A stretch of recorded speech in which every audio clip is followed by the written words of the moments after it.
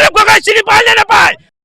ইতিমধ্যে চূড়ান্ত হ'ল ৰাইজৰ দল আৰু কংগ্ৰেছৰ মিত্ৰতা আৰু মিত্ৰতাক লৈ সৰ্বত্ৰে ক্ষোভ উজাৰিছে। কিন্তু প্ৰান্তে প্ৰান্তে ৰাজ্যৰ প্ৰতিটো ব্লক কংগ্ৰেছৰ কাৰ্যালয়ে হওক বা প্ৰতিজন কংগ্ৰেছ কৰ্মীয়ে এই মুহূৰ্তত ক্ষোভ উজৰা পৰিলক্ষিত হৈছে। এই মুহূৰ্তত মই উপস্থিত আছোঁ মৰিয়নি সমষ্টিৰ যি কলিয়াপানী ব্লক মণ্ডল কংগ্ৰেছ কমিটিৰ যি কাৰ্যালয়, সেই কাৰ্যালয়ত এই মুহূৰ্তত উপস্থিত আছোঁ আৰু ইয়াত এই মুহূৰ্তত হাজাৰ হাজাৰ কংগ্ৰেছ কৰ্মী ওলাই আহিছে। মই আপোনাৰ ওচৰলৈ আহিছোঁ। কংগ্ৰেছটো মৰিয়নি সমষ্টি ৰাইজৰ, আমাৰ কংগ্ৰেছৰ হয়। গৌৰৱ গগৈ পৰা আহি পেলাই কৈ দিব মৰিয়নি ৰাইজৰ দল দিছো। আজিলৈকে চাই ইমান মৰিয়নি সমষ্টি গৌৰৱ গগৈ চিনি পায় নে নাপায়? চিনি পায় নে নাপায়? সি ক'লে নুশুনো, মই নুশুনো, কোনোবাই শুনিব পাৰে। মই ৰাইজৰ দল নামানো, মই কাৰো কথা নুশুনো।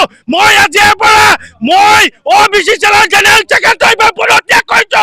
মই পদত্যাগ কৰিছো যদি কেনেবাকে কংগ্ৰেছৰ ইয়াত প্ৰাৰ্থী নিদিয়ে, দিব লাগিব, তাৰ কথা নুশুনো। সি ইংলিছ চিঠি জানিলে বুলিয়ে ইয়াতে গৌৰৱ গগৈ হ'ব নোৱাৰে। বাহিৰত থাকে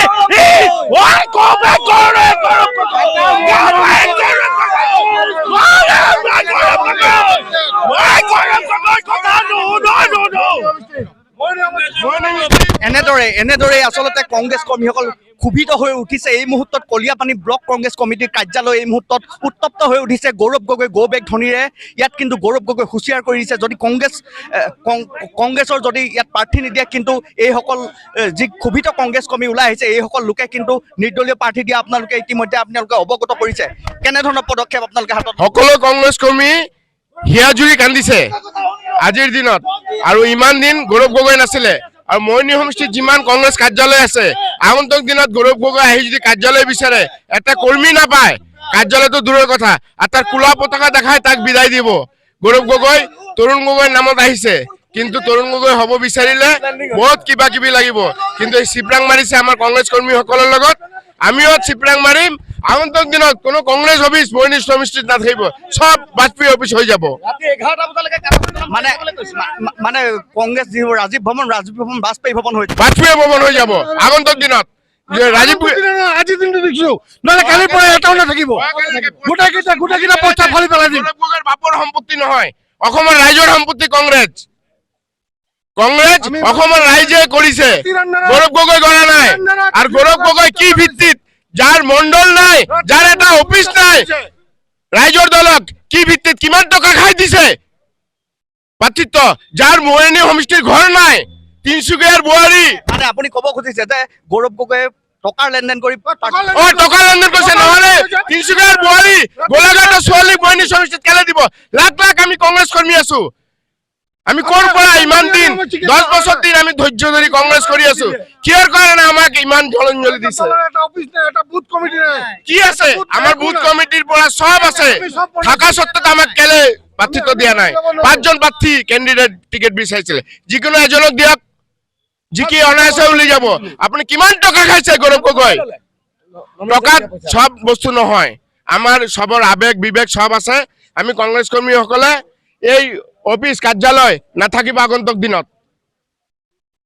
মই আপোনাৰ ওচৰলৈ আহিছোঁ। এই সকলো ইতিমধ্যে ক্ষোভিত হৈ আছে, আপোনালোকে প্ৰাৰ্থী বিচাৰিছে, কংগ্ৰেছৰ প্ৰাৰ্থী বিচাৰিছে। এই মুহূৰ্তত কি আহ্বান জনাব ঊৰ্ধ্বতম কৰ্তৃপক্ষলৈ?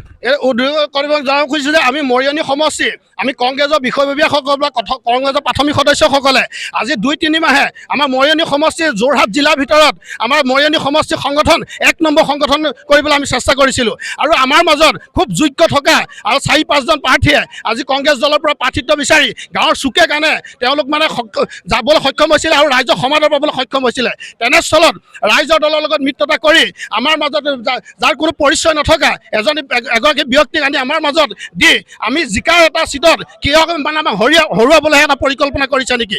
আৰু আমি হাৰিবৰ কাৰণে কি আমি সংগঠন কৰি আছিলোঁ। আৰু আজি দাদা আমি ক'ব খুজিছোঁ যে আমাৰ মৰিয়নিত কংগ্ৰেছৰ সবল স্থিতি আছে, আৰু আমাৰ সবল স্থিতি থকাৰ কাৰণে আমাৰ মৰিয়নি সমষ্টিত কংগ্ৰেছ দলৰ প্ৰাৰ্থী দিবৰ কাৰণে আমি উদ্দিষ্ট কৰ্তৃপক্ষক অনুৰোধ জনাইছোঁ। সময়সীমা কিমান বান্ধি দিছে? কিবা বান্ধি দিছে? আমি সময়সীমা বান্ধি দিছোঁ যে আজি ৰাতিলৈকে সময় আছে, আজি ৰাতিৰ ভিতৰত আমাৰ প্ৰাৰ্থী আমাক দিবলৈ আমি ব্যৱস্থা কৰিবলৈ কৈছোঁ, নতু আমি উদ্দিষ্ট কৰ্তৃপক্ষক জনাব বিচাৰিছোঁ আমি ইয়াৰ বিহিত ব্যৱস্থা কৰিবলৈ আমি সক্ষম হ'ম। ধন্যবাদ জনাইছোঁ। এয়া আছিল পৰিৱেশ, এয়া কলিয়াপানী মণ্ডল যি কলি আপুনি ব্লকৰ কাৰ্যালয়, এই কাৰ্যালয় মই পূৰ্বতে উল্লেখ কৰিছোঁ, এই কাৰ্যালয়ত এই মুহূৰ্তত কিন্তু প্ৰাৰ্থিত্ব নোপোৱাৰ ক্ষোভত ক্ষোভিত হৈ এইসমূহ কংগ্ৰেছ কৰ্মী ওলাই আহিছে আৰু গৌৰৱ গগৈৰ ওপৰত তেওঁলোকে তীব্ৰ ক্ষোভ উজাৰিছে। টকাৰ লেনদেন কৰি গৌৰৱ গগৈ যে টিকেট প্ৰদান কৰিছে ৰাইজৰ দলক, কোনোবা বহিৰাগত ইয়াত মৰিয়নি সমষ্টিত ৰাইজৰ দলৰ বহিৰাগত এগৰাকী যুৱতী জ্ঞানশ্ৰী বৰাক আনি ইয়াত প্ৰক্ষেপ কৰাক লৈ তীব্ৰ ক্ষোভত কিন্তু এইসকল কংগ্ৰেছ কৰ্মী এই মুহূৰ্তত ফাটি পৰা পৰিলক্ষিত হৈছে।